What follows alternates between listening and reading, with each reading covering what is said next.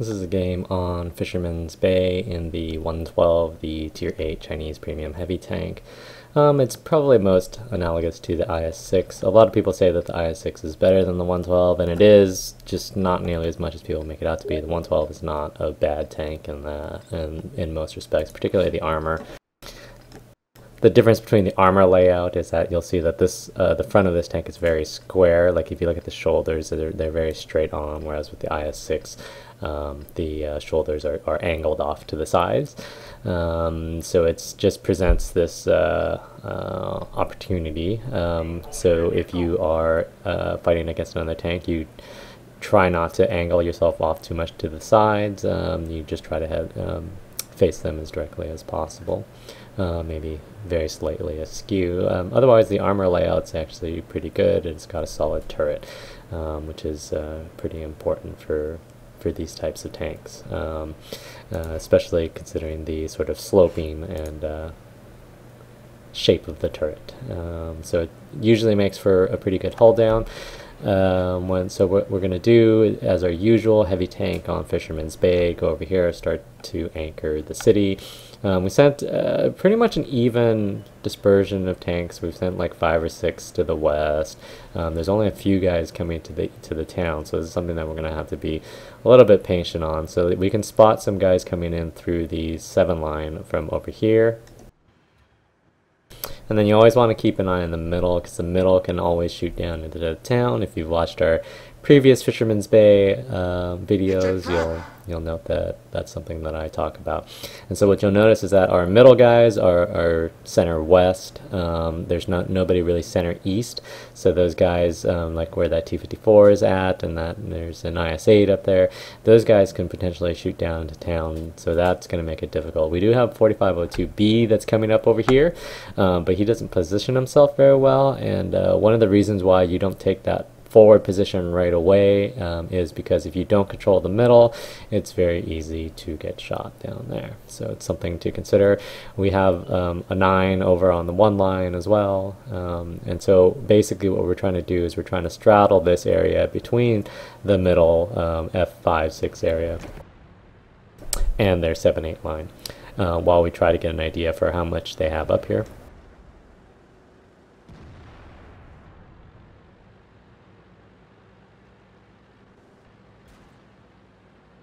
And so they have a Tiger II. We know that at least one of their 9s, the M103, is down in the town, and their other 2 9s are up in the middle. So that's something to, you always want to have an idea when you're not the top tier tank, where the top tier tanks potentially are.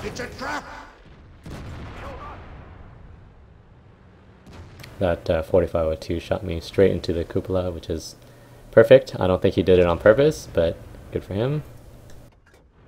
Normally that's a shot that will bounce.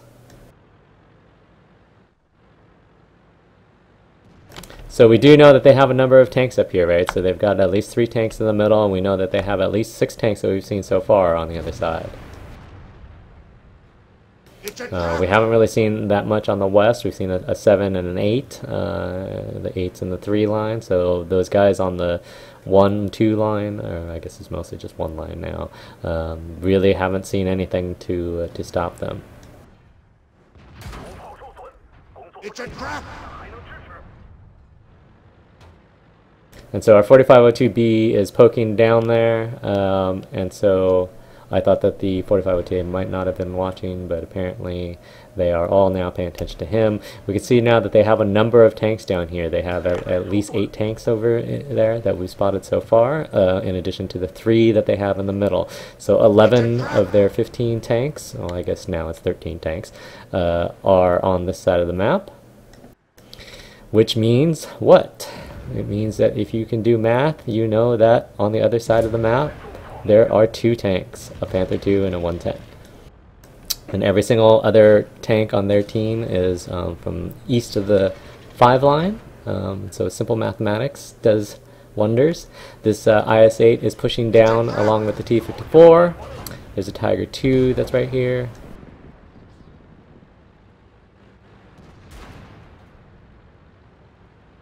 And so what you always want to do, see, is basically this IS-6 and we know that there's at least 9 other tanks in this town area.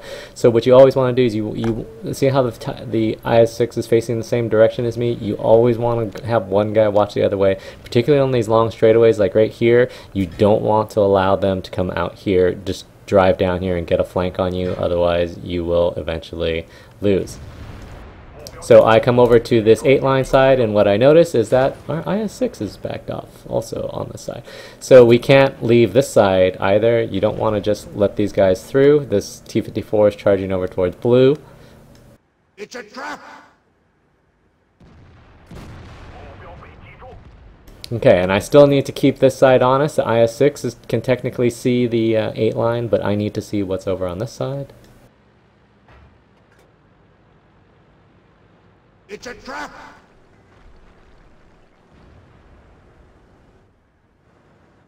And then there's a little wall there, and I forget that I had a heat shell loaded, and I try to shoot through the wall, but always keep in mind that heat shells do not go through walls like APCR do. It will explode on contact and just destroy the wall. And then what you'll notice is that this IS-6 has also come over to the same side as me. So again, we're watching the same side, and I noticed this just in time. And see how we catch these guys coming down this other side? See, what you don't want is for these guys to be able to round that corner and basically have that 5100 clip out on you. If I go over here, then I can use either, like in this case, I can use these corpses as cover, or I can use that wall that's in front of me as a cover. And then I accidentally shoot the gun of the dead tank there. And then see how now our IS-6 over on this side is being just a little bit too aggressive. You know, again, you know that it's basically an 8-on-3 situation over here, so you need to be a little bit conservative with what you do.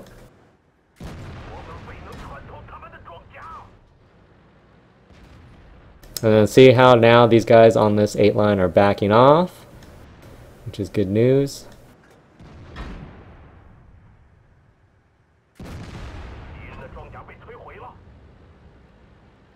And then now I need to go and see if I can save our IS-6. And what you want to do if you're this IS-6, to bait shots like that is fine, but what you want to do is just do it when you're loaded so that you can get a return shot. See how he's backing up and he's getting shot, but he's not actually taking any shots for himself. There's no point in baiting those for the most case. If you are strong on this side, then sure, but if you are weak, as we are, right, it's now down to this AT-15 moved in from the base, but it was for a little while, just me and this IS-8, this IS-6 against a crap ton of guys, and I shoot that shell a little bit low, hits a track, so because it's heat, it's a 0 damage shot.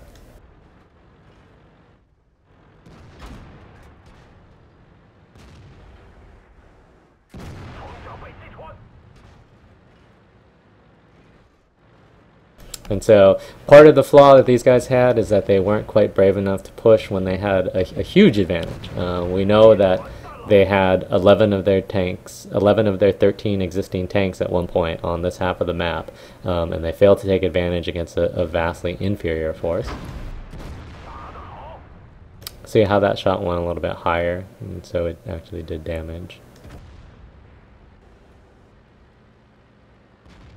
And then the rest is pretty much mop-up. So what's the difference, do I think, is the significant difference between the IS-6 and the 112? Really, it's the gun itself. The gun handling is the same, but the base shells for both of the tanks are these 175 pen AP shells.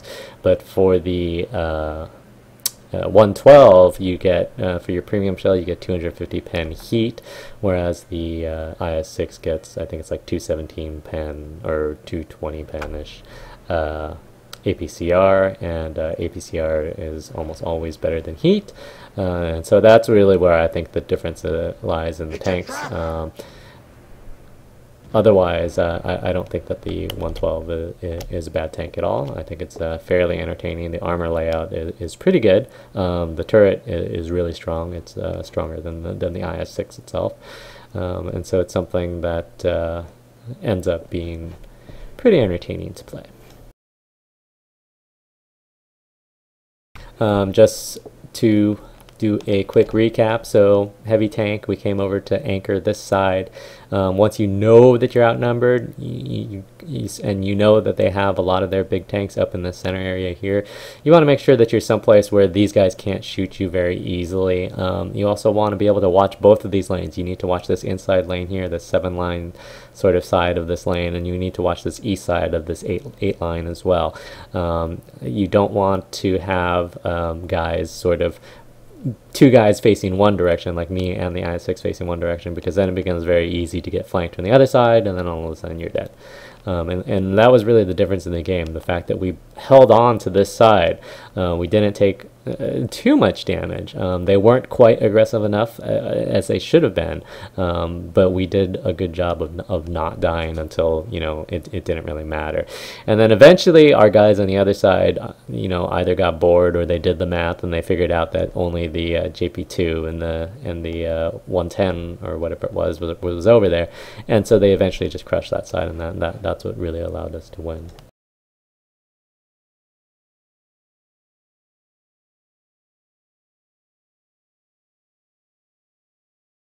And so if you look at the stats, how do we do this? It ended up working out pretty well. The IS-6 actually did a pretty decent amount of damage, and again, he died at the end there because he was poking arguably a little bit too much, but by that point we had already won the game because their 8 line aborted their push when they were, you know, that AMX 5100, I think it was like a low and a T-34, and there might have been an IS-6 back there as well. Those guys started pushing up the 8 line, and then we came out and we shot the 5100 a couple times, and then everybody sort of backed off, and that's sort of what you want to be able to do. You want to make them not be able to just drive up there and turn that corner, and so that's pretty much the ball game. Anyhow, and again, we did block a pretty good amount of damage using the armor layout of the tank. And so in the defensive sense, I think the 112 certainly is right up on par with the IS-6, if not slightly better because of the harder turret. So I hope this was a good primer for the 112, and thanks for watching.